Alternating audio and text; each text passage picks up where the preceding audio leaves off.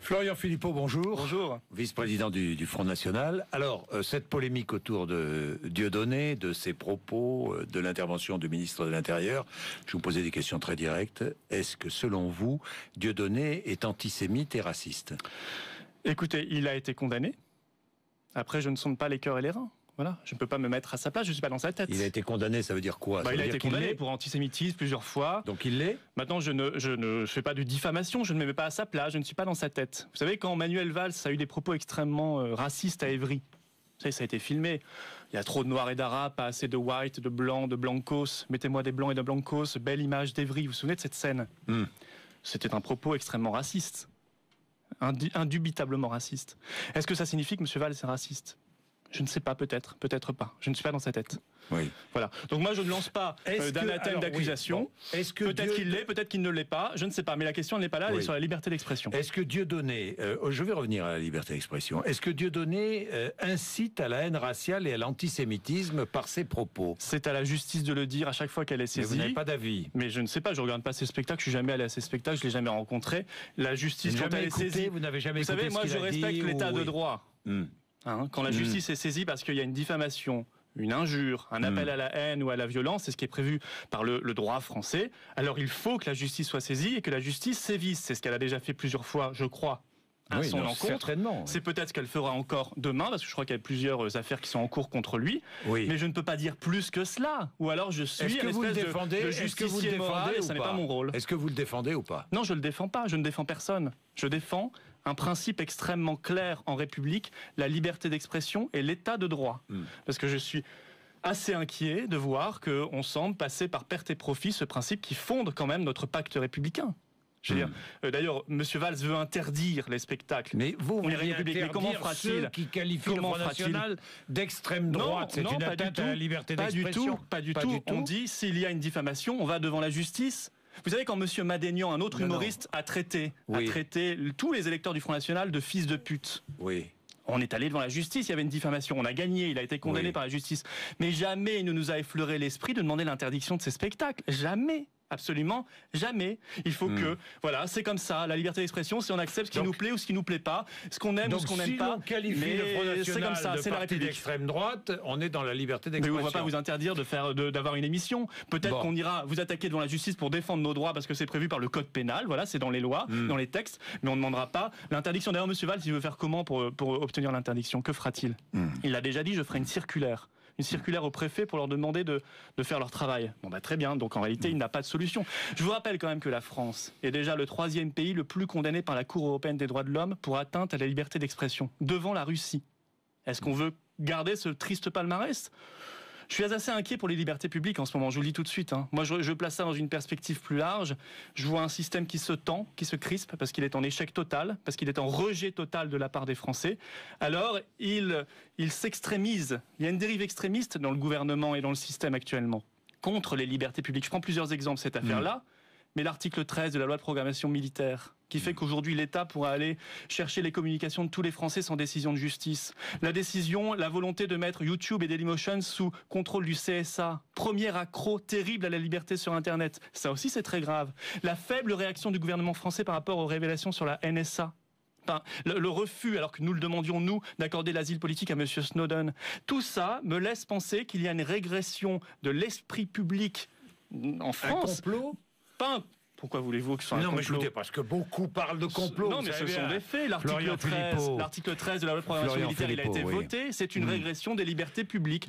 Normal, c'est un système qui s'affole. D'ailleurs, ils sont tous assez énervés quand ils en parlent. Ils n'arrivent pas à rester calmes et sereins dans un état d'esprit républicain. Pour clore le chapitre Dieudonné, est-ce que vous êtes antisioniste ? Non, je suis pas anti-sioniste, non, pas du tout. Non, existe-t-il un complot sioniste à vos yeux ? Non, il n'y a pas de complot sioniste. La position du Front National sur cette question-là, c'est l'État d'Israël sécurisé et l'existence d'un État palestinien pour qu'il puisse exister et en même temps sécuriser l'État d'Israël. Je crois que les choses sont claires. La doctrine du Front National est assez proche de la doctrine française. Tout le monde ne la partage pas, cette doctrine du Front National. Tout à fait, la doctrine du Front National, bien sûr que si. Oui. Tout à fait. Oui, vous avez relu tous les propos tenus par Jean-Marie Le Pen, par si on relisait tous les propos des responsables politiques de droite et de gauche depuis 30 ans, on en trouverait de belles, monsieur Bourdin, sur tous les sujets d'ailleurs. De belles, oui. Bien sûr. Sur tous les sujets, ça c'est bien. Bien et sûr. Notamment chez Jean-Marie Le Pen. Peut-être chez Jean-Marie Le Pen, mais chez d'autres aussi. C'est monsieur Chirac, monsieur et d'autres. Ça veut dire quoi? Ça veut dire que le Front National est divisé entre ceux qui, les plus modernes, regardent vers l'avenir et ceux qui sont encore tournés vers le passé. Là, si vous voulez déjà, excusez-moi, mais bon, on peut parler de cette question-là pendant longtemps, mais je voudrais quand même rappeler une petite chose. Allez-y. C'est la communication de monsieur Valls, cette question de quenelle, de Dieudonné. D'un humoriste, c'est sa communication. Vous avez fait la quenelle? Alors non, je n'avais fait la quenelle. Je connais même pas. J'ai même pas goûté la quenelle culinaire encore. Donc, je suis pas encore très expert en quenelle. C'est très bon, sauce Nantua notamment. Il faudrait que je goûte effectivement. Mais vous savez, la communication de monsieur Valls, on a le droit de la suivre, d'en faire des tonnes sur ce sujet-là. On a aussi le droit de la décrypter, se dire pourquoi on parle de ça d'un coup.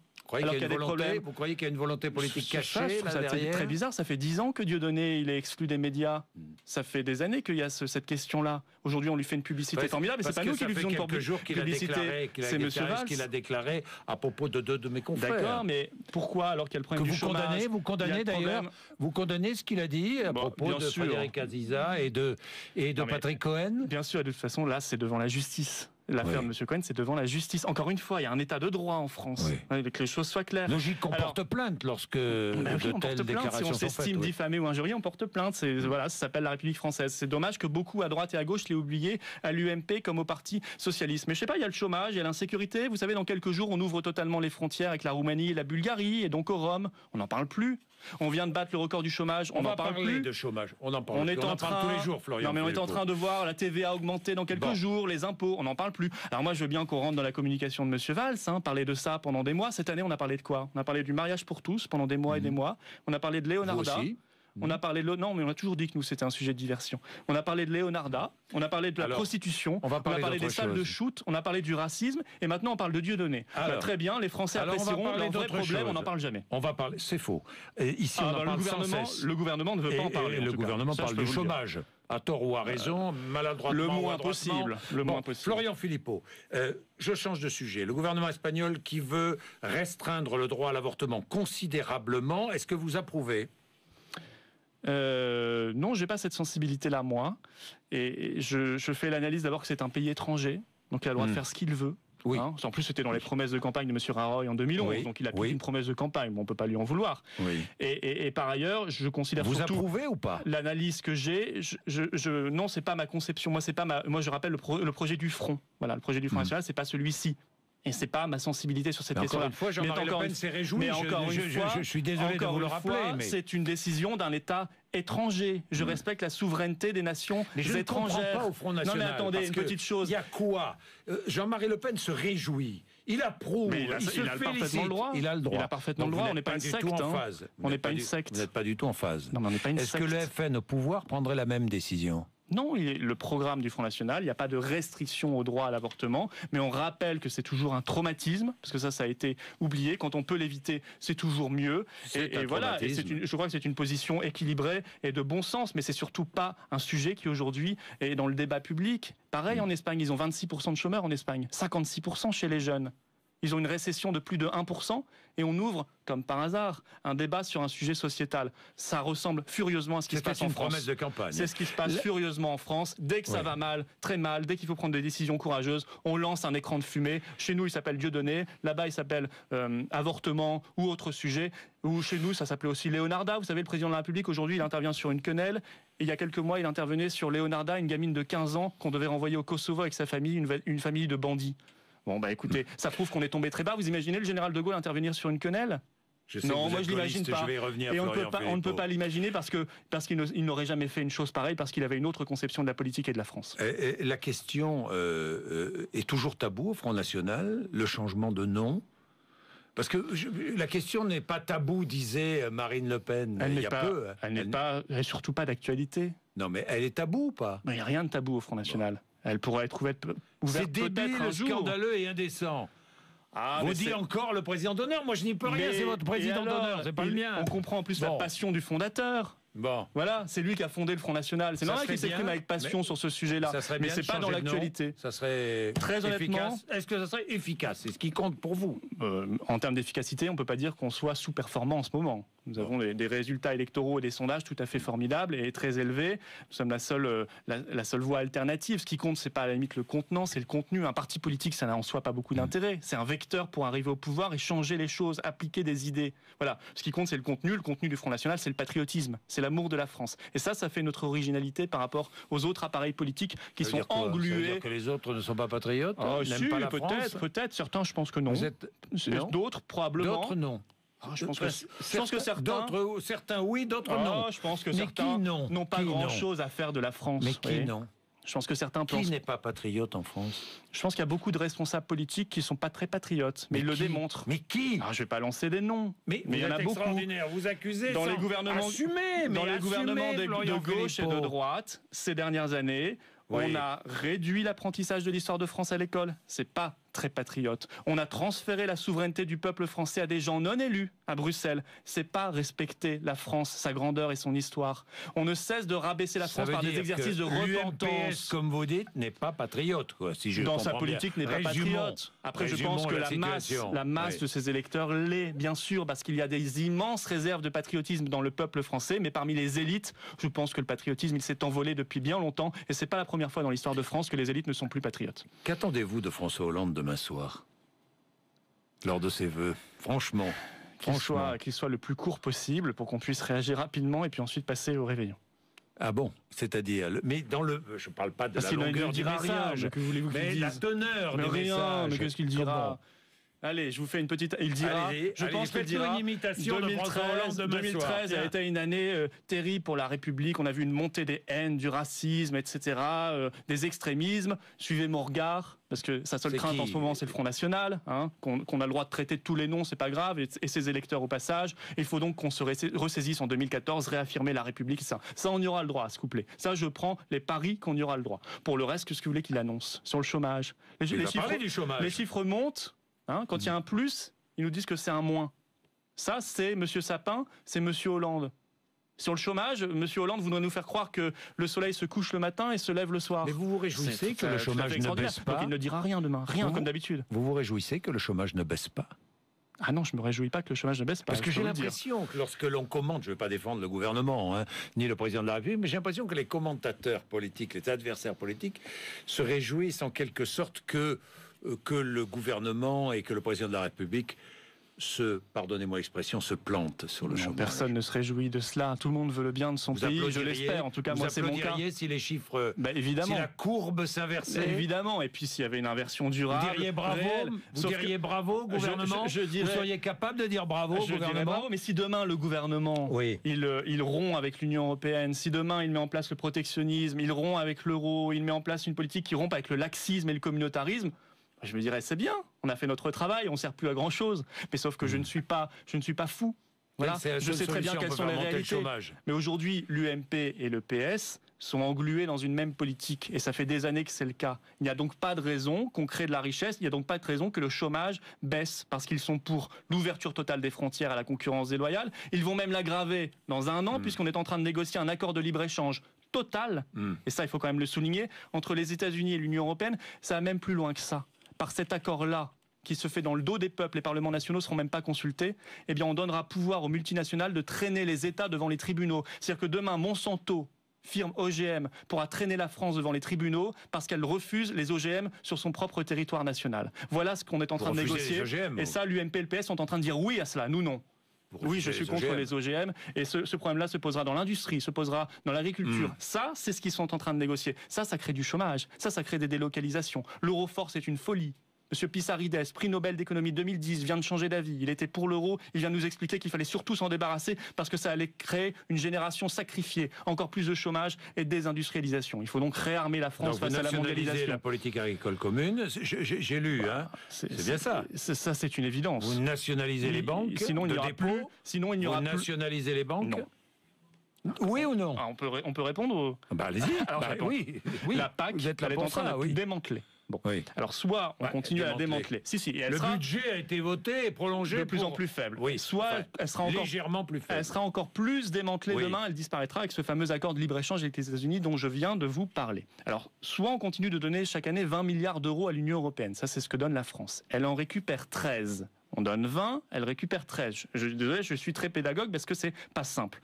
Parmi ces 13, il y en a 10 consacrés à l'agriculture, à la PAC. Eh bien, nous disons, il faut donner directement à nos agriculteurs. On pourra donner plus et mieux, de manière plus juste et donc plus efficace et plus écolo. L'État tout-puissant, puisque c'est votre... C'est pas l'État tout-puissant, c'est la France qui retrouve la maîtrise de son destin. Aide les agriculteurs à hauteur de 10 milliards d'euros. Mais l'État, il doit pouvoir intervenir quand c'est stratégique. Les banques de dépôt mais c'est la seule... Juste, Monsieur Bourdin, une précision. Ce que je dis là, réarmer la France face à la mondialisation, le protectionnisme, la liberté monétaire, le patriotisme économique, l'État stratège, le soutien aux PME, PMI, aux artisans, aux commerçants, c'est la seule solution pour créer de la richesse, de l'emploi, et donc pour éviter d'augmenter les impôts. C'est la seule solution pour éviter d'augmenter continuellement la TVA, l'impôt sur le revenu, l'impôt sur les sociétés. Vous faites quoi? Vous baissez les impôts si vous arrivez au pouvoir? Si on recrée de la richesse, la TVA, vous aidez les agriculteurs, vous nationalisez les banques. Vous savez, on ne pourra pas baisser, d'un coup les impôts, ce serait vous mentir, ce serait mentir aux Français. On pourra le faire quand on créera de la richesse, parce qu'on cessera de gérer la pénurie.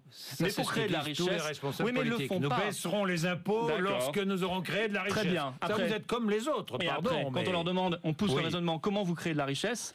Mais ils ressortent toujours les mêmes vieilles recettes. On fait des emplois aidés, on fait de la dette pour faire des emplois aidés, et puis le reste, non, il y a Bruxelles, Madame Merkel, elle veut pas, monsieur le commissaire européen, il ne veut pas, je suis en train de négocier un accord avec Madame Merkel, les fameux contrats, je suis en train de négocier un accord de libre-échange avec les États-Unis, je ne peux pas, je ne peux rien faire, on ne peut rien faire.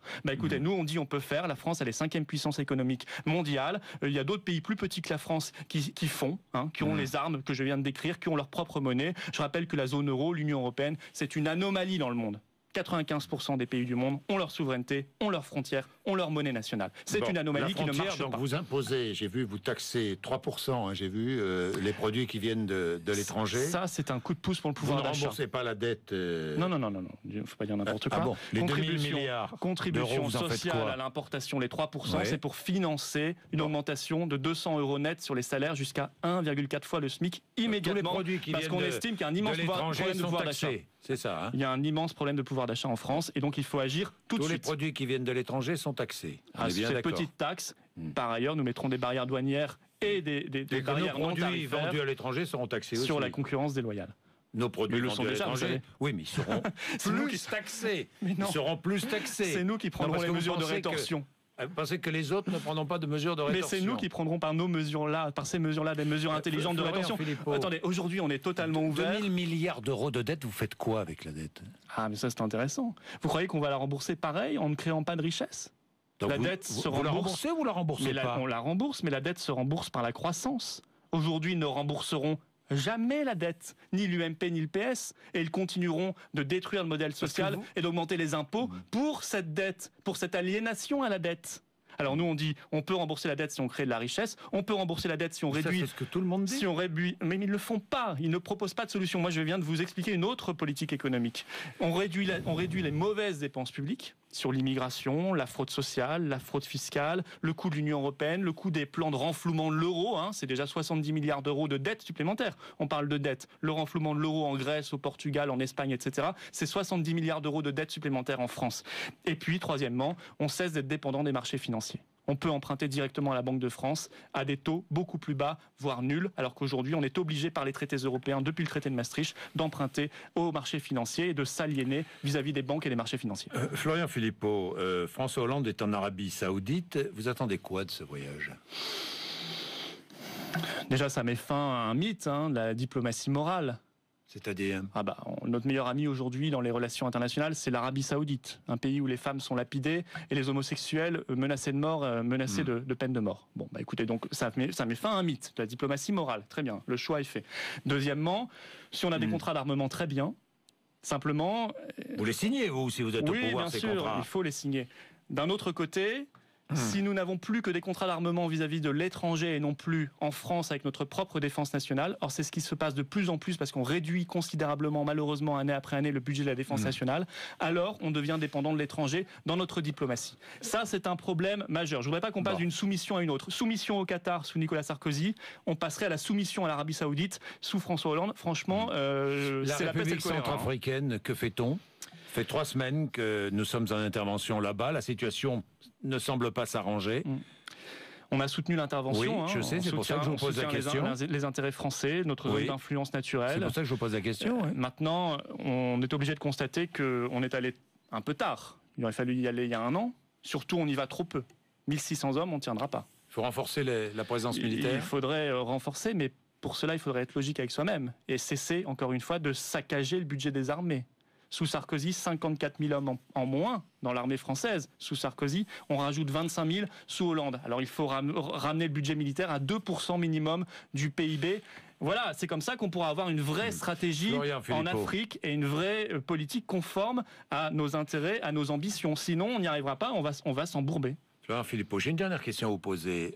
Les Européennes, imaginons, vous êtes en tête, premier parti aux Européennes en France. Que demandez-vous à ce moment-là, sur le terrain politique? Sur le plan national, je crois qu'on sera en droit de demander avec les Français une dissolution de l'Assemblée nationale. Et je crois que vous demanderez la dissolution? Bien sûr, c'est un autre intérêt de nous mettre en tête. Vous demanderez le départ? Vous iriez jusqu'à demander le départ de François Hollande? Non, pas pour l'instant. De nouvelles... Pas pour l'instant. Mais pas pour l'instant. Pas pour le moment, non. Faisons d'abord une dissolution de l'Assemblée nationale. Pas pour l'instant, ça veut dire que vous pourriez demander le départ de François Hollande avant la fin de son quinquennat. Si nous sommes en tête aux élections européennes, ça voudrait dire d'abord que les Français font un choix totalement différent. La France plutôt que l'Union européenne. Leur pays, la coopération des nations libres et souveraines, plutôt que ce machin épouvantable, ultralibéral et antidémocratique à la botte de puissances étrangères. Très bien, tant mieux. Mais au niveau national, la pression sera tellement forte sur l'exécutif qu'ils seront obligés de dissoudre l'Assemblée nationale. C'est ça qui est très bon. Et c'est ça qui est très important parce que ça permettra de revenir au seul souverain qu'on connaisse, c'est-à-dire le peuple. C'est à lui de trancher. J'ai une dernière question. Vous êtes gaulliste? Oui, je suis gaulliste. J'ai toujours été. Vous auriez gracié ceux qui ont attenté à la vie de Charles de Gaulle? Le général de Gaulle a toujours été, a toujours eu vous les auriez graciés ou pas? Le général de je ne vais pas à me prononcer à sa place. Mais vous connaissez l'histoire. Florian Philippot, vous connaissez l'histoire. La dernière fois, on a fini cette interview. Aussi bien, sinon beaucoup mieux que moi. À chaque fois, on finit l'interview sur le début des années 60. Oui, parce que vous revendiquez. Vous m'avez demandé si j'étais pour l'Algérie française. Je suis né 23 ans après, 19 ans après l'indépendance. Excusez-moi. Ne fuyez pas la question. Non, je ne fais pas d'anachronisme. Je ne fais pas d'anachronisme. Mais j'aurais gracié. Ce que j'apprécie, ce que je peux vous dire, c'est que j'apprécie beaucoup chez le général de Gaulle, c'est sa volonté de réconciliation nationale. Voilà. Qui n'a pas eu un comportement de haine, de division. Or, l'unité du peuple français, elle est indispensable. Répondez-moi, vous les auriez graciés? Probablement. Tout à fait. Mais je suis gaulliste pour l'indépendance nationale et la souveraineté de la France. 8h57. De Gaulle, il a gracié beaucoup de monde. 8h57. Merci d'être avec nous, Florian Philippot.